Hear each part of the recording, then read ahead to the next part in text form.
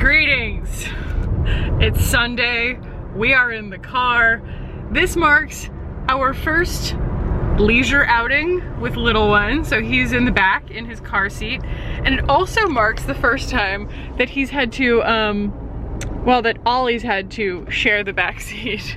So we're all just packed in the Subaru here, and Ollie adjusted very quickly, but Simon has had a fresh diaper, a fresh feed that was incredibly close to the one before it. So hopefully he's like, well, hopefully he's not just like reflux burping up back there. But yeah, we're gonna go to Zilker Park here in Austin. Lots of distance. Just want to get some sunshine. It is 69 degrees in Austin right now, which is just uncommon to say the least. The fact that I could have worn anything I wanted to wear instead of just like, you know, trying to be as minimal as possible and, you know, being worried about the baby being too hot and stuff. So yeah, we are going to take this opportunity to get some fresh air for the little man, because he is inside almost all the time with me. So yeah, that is where we're headed. Ollie. Hi, Peachy. Hey, Dad.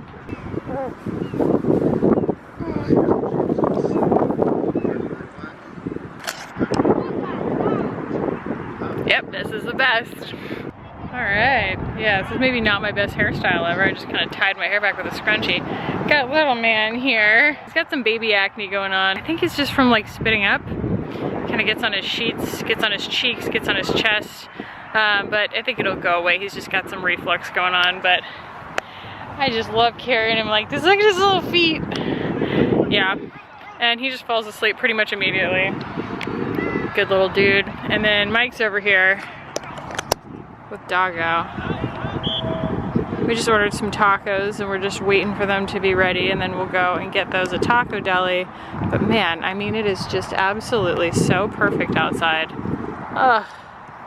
Got a nice little soccer game, you know, to watch.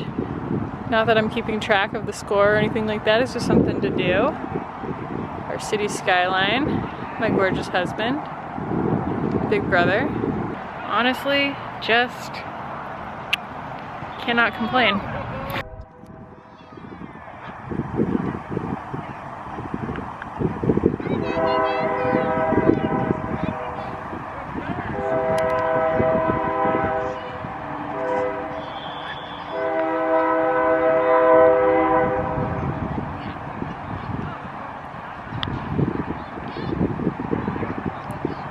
Not bad, huh?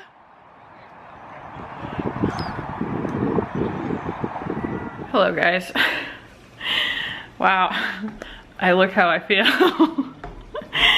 So we haven't spoken since, I'm making eggs, by the way. It's 11:38 and I'm eating for the first time today. I will elaborate on that in a second, but yeah, we haven't spoken since, I guess it was Sunday? Was that Sunday that we took little guy to the park and had a really, really nice, lovely day, beautiful weather, the whole family. It is now Wednesday. Yeah, that Wednesday, the day after the election, and you know, the results are slowly trickling in, but I think everybody is just so strung out on nerves right now. And I don't typically talk about this kind of stuff on my like social media and on my channel, but I really feel like it would be ridiculous to try and pretend it wasn't happening for the sake of a vlog. But the reason that I look so gnarly is because, and of course we're very proud of him, but you can pretty much deduce that Simon is having a growth spurt. We had this really, really lovely and also totally misleading moment the other night. I guess it was Saturday night? Sunday night. It was Sunday night, where I fed him at like 6:45 and he slept until like 2 in the morning or something. It was ridiculous. It might have even been 3. He went 7.5 hours between feedings, and we were like, what the heck? Well, turns out that is the canary in the coal mine of a growth spurt. And he is right at 5 weeks today. So that would make perfect sense that he was having a growth spurt. Hi, I'm blue. Dabba data ba da. That long stretch was then followed by him feeding pretty much every 2 hours for the last 3 days. That has been extremely strenuous for us. But at the same time, I like when things have an explanation. So at least we know why and that it won't be forever. Usually these growth spurts last like 3 or 4 days, according to the literature that I'm reading online. Oh, but it is really difficult nonetheless.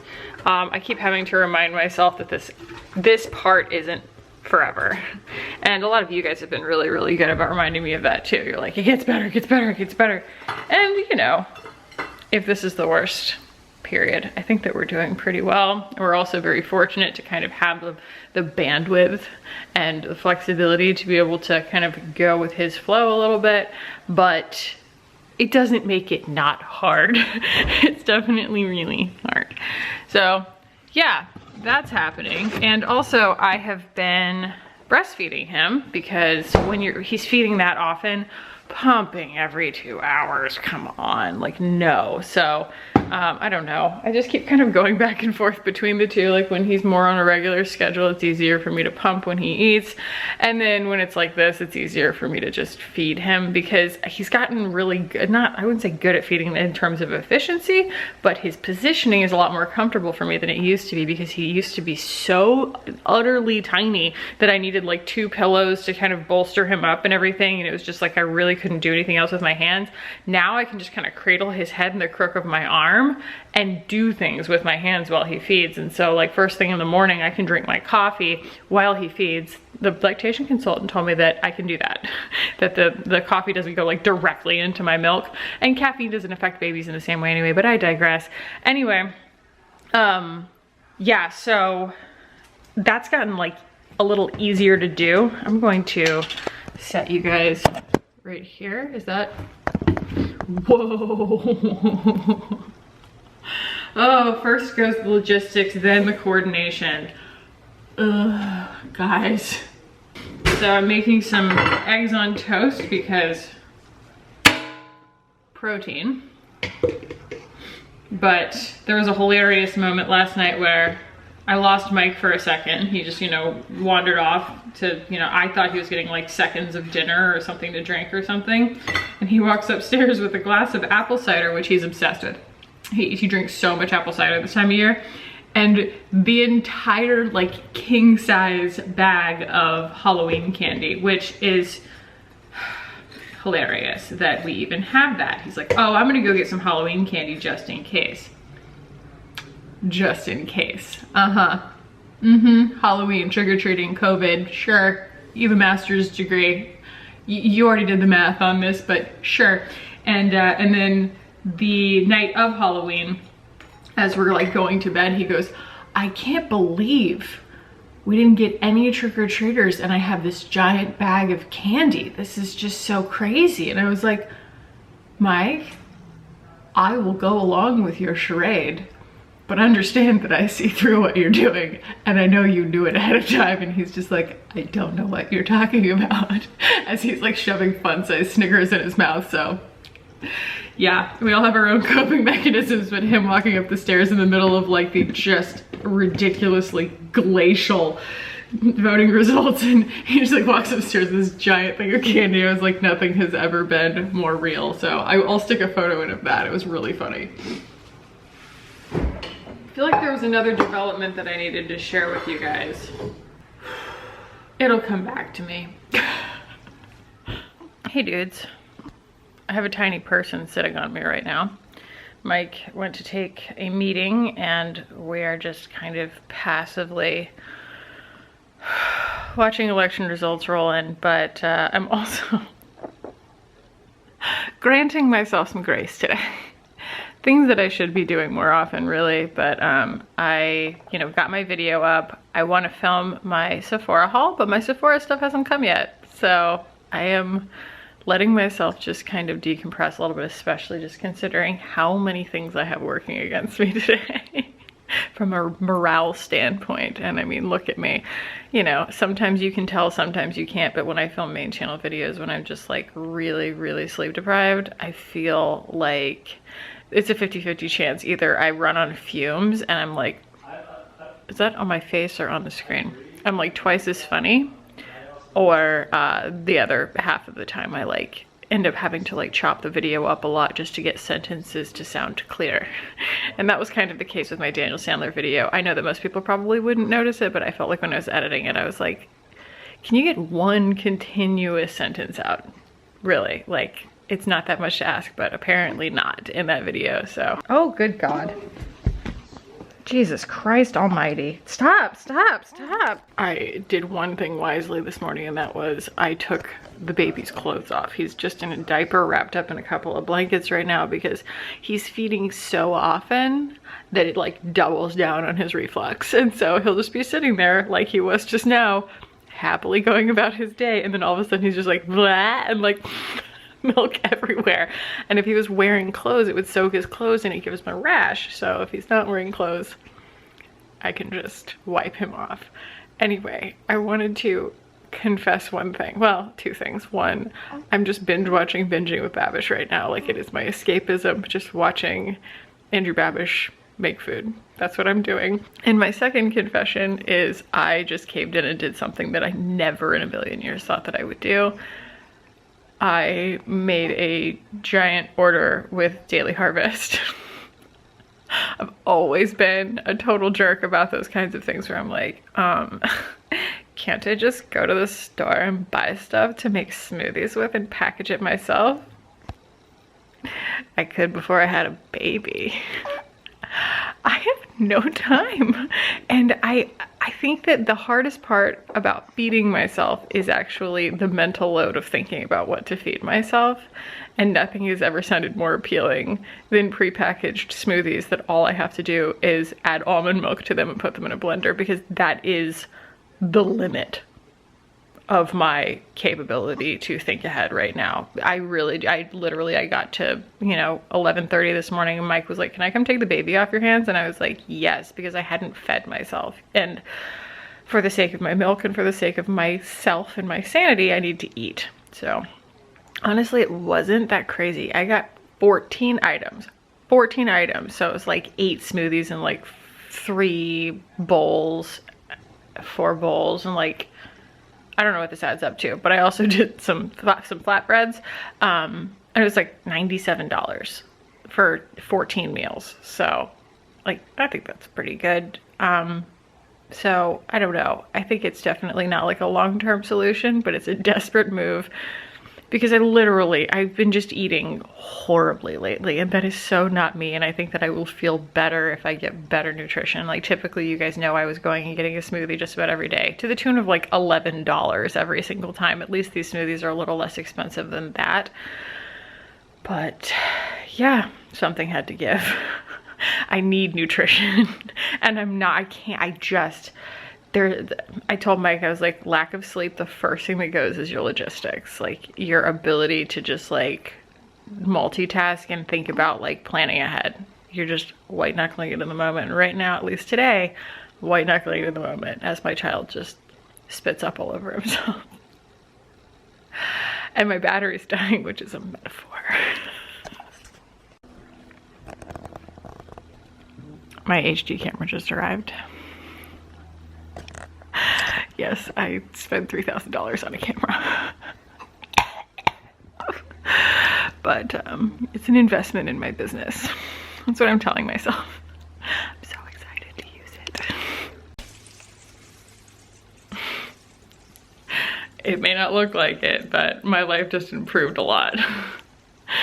Last week, there was a big sale on Madewell, and I hunted down 2 pairs of jeans that were on final sale that were each like $30, and I bought 2 pairs of jeans in a size 27. I would typically wear a 24 or a 25 there, and let's just say I can't wear my old pants right now, and so that means I can't wear any pants right now. So I've been like living in like leggings and sweatpants, and it just kind of makes me feel like I'm still pregnant, I just like don't have any options. And so I haven't even tried the second pair on yet, but I just tried on the first pair and they fit.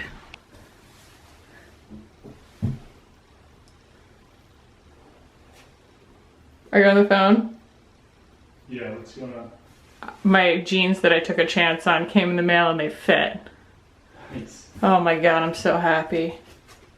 You look great. Can you see me? No. Oh, okay. Thanks. White jeans are such a staple in my wardrobe. To not be able to wear my white jeans was killing me. These they don't just fit, they're insanely comfortable. Let me tell you what the actual cut on them is, although, you know, since they're on sale, they might be sold out. They are the perfect vintage crop jean in a 27, and they are great. Hi, Doggaroo. Now I'm gonna try on the other pair. Wish me luck. Okay, I have on the other pair, and they zip up. They're just a much different fit. Again, it was slim pickings because everything was on sale, so you're seeing them for the first time here. So obviously I wouldn't wear these with a sweatshirt. They're like super high-waisted mom jeans, but while they look kind of frumpy dumpy, they do fit. They're really, really high-waisted, which is nice. So it's like not hugging me in the most uncomfortable spot. They're cropped, which like everything I own is cropped. The butt is not like the world's cutest thing in the world. The world's cutest thing in the world. Can you tell I'm sleep deprived? But like this is the kind of fit that I want to just tuck like a t-shirt into because it's so like nipped in at the waist. So I am calling my $60 jeans risk, since they were all final sale, a roaring success. And even as I lose a little bit of weight, obviously because this is a very temporary situation, I can't even like exercise right now, I could definitely see cutting these off in the summertime and having some really cute like mom shorts. So I now have pants. Now if I could just get some sleep. I actually just took a nap, that was what I did. But I have a call, like talking with a new person on a team that I was off of it for during maternity leave, and then like I'm kind of, you know, getting back in touch with a new team member, and she was going to do a video, and I was like, there's a really good chance I'm gonna be nursing my son. I think we should probably just do a call. So yeah, I might even put on a different shirt because I feel like a decent human right now. Look at me go. Look at me go, guys. Oh man. God bless a Madewell sale. God bless size 27 jeans. Hey guys. It is now Tuesday of the following week. It has been almost a week since the last clip that I shot, and I'm actually editing this vlog right now. I had a culminating entire clip where I was talking about how the week had gone and everything and why I had gone so long between recording. And the main reason being last week was extremely strenuous and I kind of didn't really feel like memorializing it. Just sitting there agonizing over the news was just so bonkers, and I think that it would have been just as hard to rewatch in a vlog as it was to live it. But the reason I'm not using that clip is because for some reason I didn't realize that there was like some kind of like sawzall happening the entire time, and the camera picked it up so loud that like, you know, it was like construction or something behind my house, and like I wouldn't have wanted to watch it, no matter how interesting what I was saying was. So anyway, the main things that I wanted to touch on, kind of closing that vlog out, was just that I am kind of hitting, or I had kind of hit a breaking point. It has been a few days since then. That was Saturday that I was filming it. So Sunday, like Saturday was A+.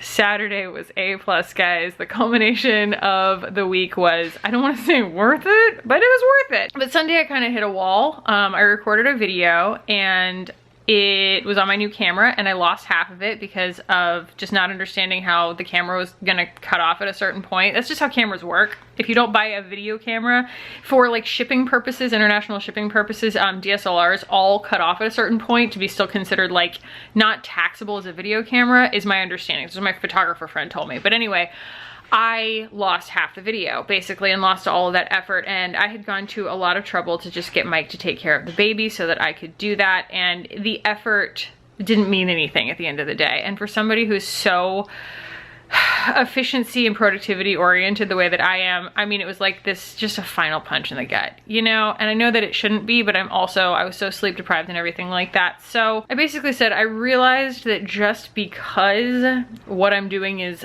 humanly possible, that is juggling the baby and my job right now, basically while Mike still works full time, just because it's possible doesn't mean it's advisable. It doesn't mean it's healthy.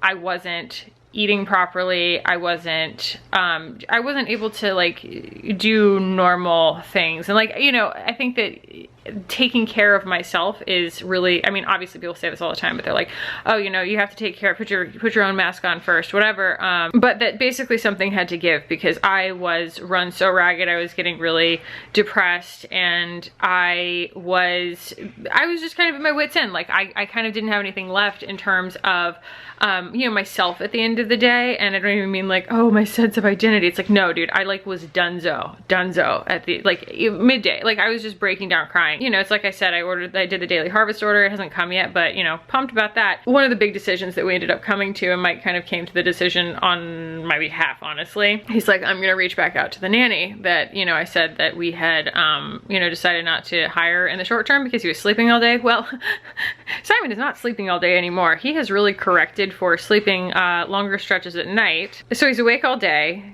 It's hard for me to work and, you know, be present enough for him. And so we did call the nanny, and she did come today, but she has a really erratic schedule, and she was supposed to just be part-time. So now I'm actually interviewing for someone full-time because I realized how great today was. I will go into debt to have a full-time nanny right now.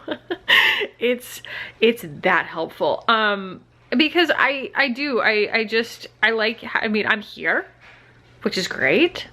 But I also, and I like, you know, I appreciate being able to see the baby whenever I want, but I also just derive so much of my sense of self from being able to work and be productive. And also, you know, today I went to the baby store and I got things for the baby, and I went to the grocery store and I got Mike some deodorant. These are all things that we've been having to like order on Amazon because we just can't move. We can't function, you know?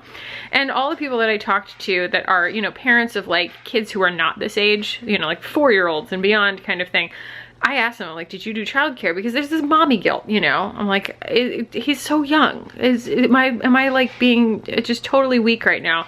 And the response I got across the board was, if I could have afforded it, I would have done it.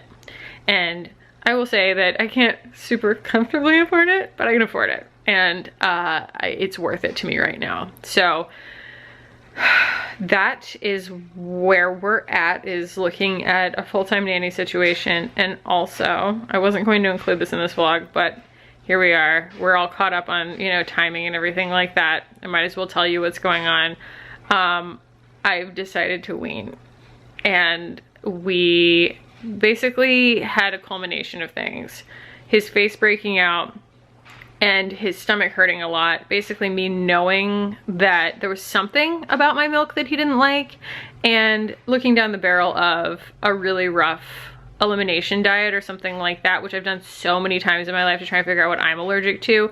And usually, aside from the time that I figured out that I was sensitive to gluten, almost nothing comes of it. It's just a huge effort, and it is usually really disappointing, and you end up with murky results.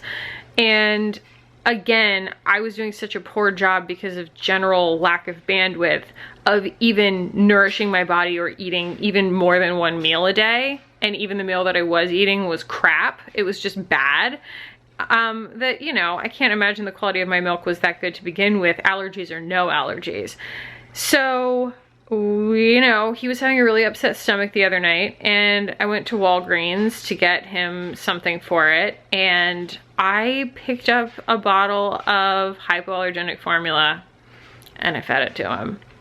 And it was a decision that we made together. It wasn't like I had that knee jerk in that moment, but I told Mike, I was like, I'm gonna go to Walgreens, and when I do, I'm gonna pick up some formula and see how he feels about it. Because we tried one formula, we tried this Earth's Best, and it's like an organic formula. He hated it, and it smells awful. I don't know, he just didn't like it. And we didn't really like it either. So now we're using, yeah, just a hypoallergenic formula, and he guzzles it down. He really likes it, and it has turned what used to be nights of 2 to 3, sometimes even 4 separate feeds where we were just absolutely blind and bleary by the morning, to now we have a feed at 8 p.m. and then we won't have another one till 1:30 a.m. and then we'll have another one at like 6 a.m. with a 6-week-old. And that's been like 3 nights in a row that he gets like 4 to 5, sometimes 5.5 hour stretches of sleep at night. And he feeds very regularly during the day. So he feeds, you know, every 2 hours or every 2 or 3 hours during the day. But his schedule has kind of regulated a little bit, and I think it's because he gets his tummy so full from the formula. It was a really hard decision. I talked to my mom about it, and I also talked to my friend Cassie about it. My mom told me, I said, you know, I have mixed feelings about weaning. She goes, you're always going to have mixed feelings about weaning whenever you do it. Even if you waited 2 years, you would still have mixed feelings about doing it because it's very final. Once you tell your body to stop making milk, you're not gonna be able to get it to start making milk again. But there's something about knowing that my milk doesn't sit right with him, and that I'm doing a poor job, plus also of feeding myself is what I meant.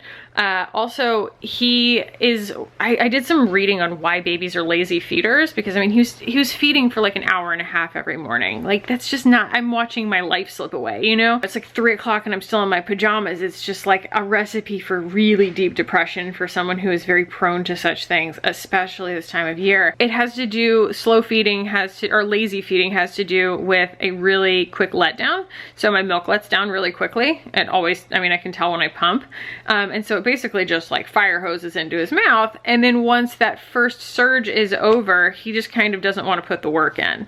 And so he'll just sit there forever and just kind of keep, you know, kind of casually nursing. And I'm just there all day. And that's just not me. And it was making me crazy. Plus, I'm tired of having big milky boobs. I'm tired of not feeling like myself. I am tired of the weird imbalance of feeling like I am the main caretaker. I know that like the mom is technically the main caretaker, because I mean, obviously I had the baby, but I wanted there to be more balance to that, and to have Mike be able to feed him just as easily as I could feed him, and for him to be able to feed him and me not have to pump, kind of thing.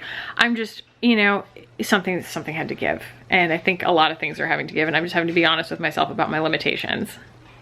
I actually wrote that in an email this week for a company that wanted me to do a live masterclass, which is an incredible thing to ask me to do, but it was going to be at like 7 o'clock at night or something. And I was like, I'm sorry, I have to be honest about my own limitations. And that is not within the realm of possibility for me right now, unfortunately. So yeah. Being honest with myself about my limitations, that was kind of the place that I wanted to leave the vlog.